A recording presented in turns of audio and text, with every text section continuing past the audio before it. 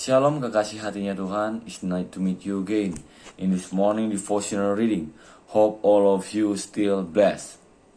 Pada hari ini, pada hari Kamis 10 Desember 2021, saya akan bagikan firman Tuhan yang berjudul Diselamatkan dari Musuh yang Kuat, yang saya ambil dari renungan Warung Sate Kamu. Saya harap teman-teman dimanapun berada tetap bisa sehat, tetap bisa bersuka cita, karena kita tahu bahwa Tuhan Yesus sayang sama kita semuanya. Baiklah, saya akan bacakan renungan firman Tuhan ini. Bacaannya diambil dari 2 Samuel pasal 22 ayat yang ke-17 sampai 20. Mari sama-sama kita buka. Beginilah firman Tuhan. Ia menjangkau dari tempat tinggi, mengambil aku, menarik aku dari banjir. Ia melepaskan aku dari musuhku yang gagah, daripada orang-orang yang membenci aku, karena mereka terlalu kuat bagiku. Mereka menghadang aku pada hari sialku, tetapi Tuhan adalah sandaran bagiku. Ayat 20, Ia membawa aku keluar ke tempat lapang.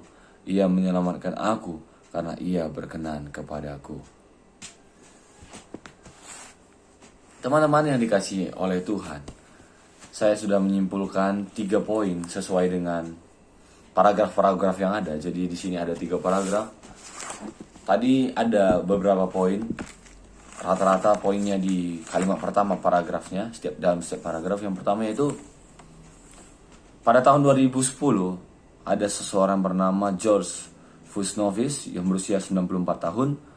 Dianugerahi medali bronze Star atas jasanya mengorganisir yang disebut oleh koran New York Times. Jadi bapak ini yang berusia 94 tahun, dia mengorganisir.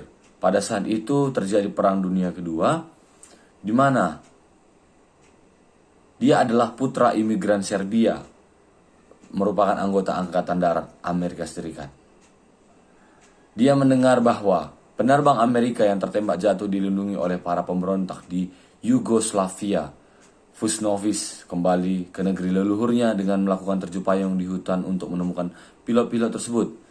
Jadi dia mendengar kabar bahwa penerbang-penerbang Amerika itu disimpan gitu sama negara tersebut. Dan akhirnya dia terjun ke desa tersebut dan membawa beberapa anggotanya, tentara, dan mengajari beberapa tentara tersebut teknik-teknik seperti mengenakan pakaian dan makan makanan Serbia gitu. Setelah berbulan-bulan lamanya, dia mengantar kelompok kecil demi kelompok kecil ke pesawat angkut C-47 yang menunggu di landasan pendaratan kecil yang mereka bangun di tengah hutan. Dan akhirnya beliau berhasil menyelamatkan 512 pria yang senang dan gembira karena bisa diselamatkan. Begitu juga Daud, teman-teman. Daud menggambarkan kegembiraannya.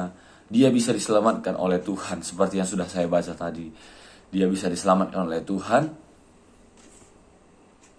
Kemudian pada paragraf ketiga saya mengambil poin intinya, itu Allah menyelamatkan Daud dan Saul.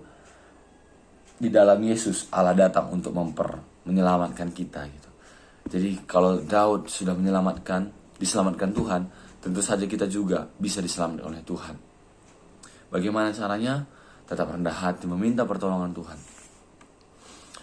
Pertanyaan pertama, pernahkah kamu merasa terperangkap tanpa jalan keluar dari kebohongan yang kamu yakini atau dosa yang mengikat kamu?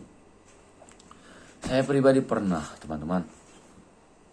Terkadang saya tidak sadar ada dosa kesombongan, memegahkan diri gitu.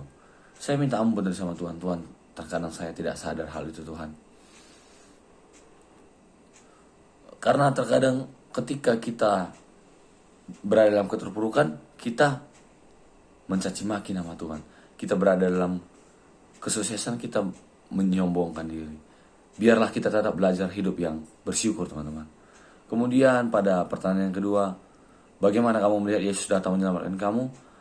Yesus menegur lewat postingan yang saya baca kadang, renungan firman Tuhan, postingan, dan juga firman Tuhan yang disampaikan oleh hamba Tuhan.